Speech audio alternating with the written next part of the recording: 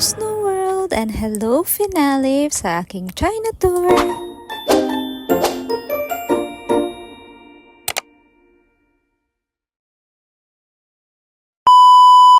Last attraction na nga itong Snow World na pupuntahan namin. Syempre, kailangan pa rin natin i-scan ang ating ticket bago tayo makapasok. At dito pa nga lang sa bungad ay makikita mo na ang inyong mga gagamitin. Kailangan muna nating maglagay ng ating makapal na coat. And of course, cover nga ng ating shoe para nga hindi mabasa. At dito na nga, papasok na nga tayo sa napakalaking refrigerator. Sa bungad pa nga lang ay talagang mararamdaman mo na nga yung lamig sa loob. At talagang mapapawaw ka nga dito. Yung lamig nyo talaga ay sobra-sobra pa sa inaakala mo. At yung mga inaapakan nga namin ay totoo ngang ice. Yung feel na feel mo talaga yung Snow World kahit walang totoong snow. Kaya naman sa mga katulad kung wala pang budget pang snow, tara dito na lang tayo sa China at talaga namang ma-enjoy mo talaga. Hindi naman masama na pagbigyan din minsan ng sarili. Lalo na kung minsan lang naman ito. Kaya naman deserve mo namang sumaya, mamasyal. Kaya wag ka nang magdalawang isip pa kundi mag-book ka na dito sa Cathy Travel. At sure ko na wala ka nang iisipin kundi ang OOTD mo na lang. Yang iniipon mo, bawasan mo na para naman ma-enjoy mo din. As long as naibibigay mo naman yung pangangailangan ng pamilya mo, ay wag mo namang pagdadamutan ang sarili mo. Kumbaga, deserve mo naman talagang maging masaya sa lahat ng pagod at sakripisyo na ginagawa mo para sa pamilya mo. At eto na nga talaga ang best part ng ating China tour. Ang mag-slide-slide tayo dito sa may Snow World. Hindi pa man totoong snow ito, pero kahit papano ay masaya pa rin at naranasan naman namin ito. Kita nyo naman yung mga hiyawan namin ay talaga namang mapapahiyaw ka talaga ng malakas.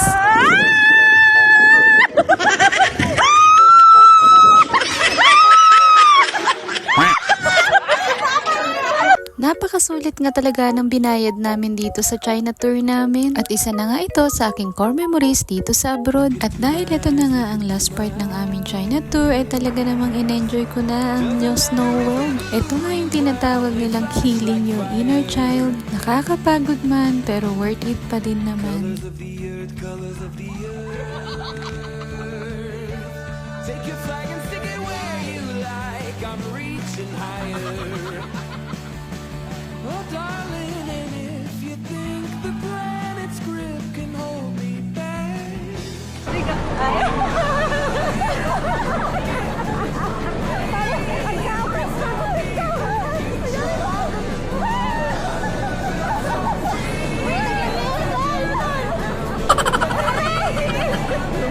Snow World kami. Ayan. Ah, ang lamig! Woo! What experience! Thank you, China! Parang panaginip lang. Ah! Ayan.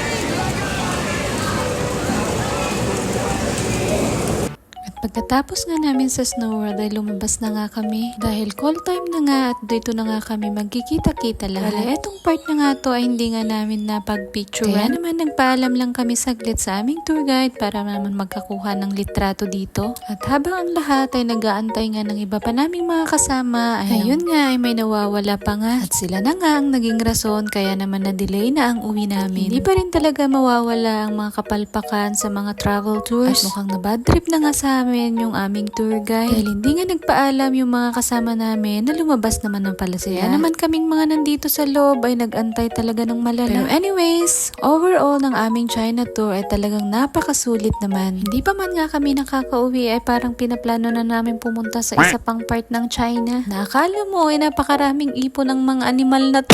Pero anyways, hanggang plano na lang muna kami dahil nga naman kailangan na naman naming magtrabaho at mag-ipon para sa susunod na gala. Ito na nga ang pinaka-sad part, ang matatapos na nga itong tour namin. Goodbye Xinshan Resort, and kikip namin lahat ng mga happy memories na na-experience namin dito. At eto na nga ang aming bus na feeling ko kami na lang talaga yung napag-iwanan dito. At mahaba-habang biyahe pa nga ang aming lalakbayin bago makabalik nga sa immigration. Kailangan nga muna naming dumaan ulit sa immigration ng China para naman makabalik tayo sa Hong Kong. Panigurado ay gabi na ako makakarating sa aming bahay. At eto na nga ang naging souvenir namin sa aming China tour. Kaya naman pala kinuhanan kami ng tigi-isa kaming litrato sa may bato. Dahil eto na nga ang magiging souvenir namin. Napaka-wise naman talaga. Para-paraan talaga para kumita. Pero anyways, maganda rin naman ang mga kuha namin kaya wala na rin kaming choice kundi kunin na nga ito. Kesa naman ipagtatapon pa o di kaya ipambugaw sa mga lamok o mga kahit na anong insekto dito sa China. And finally, natapos ko na rin i-voice over itong finale nga ng ating China tour. Kaya naman, salamat sa inyong panonood at pagsubaybay sa aking mga mini vlogs. Kaya naman, hanggang dito na lang muna. Salamat sa inyong panonood. See you in my next video.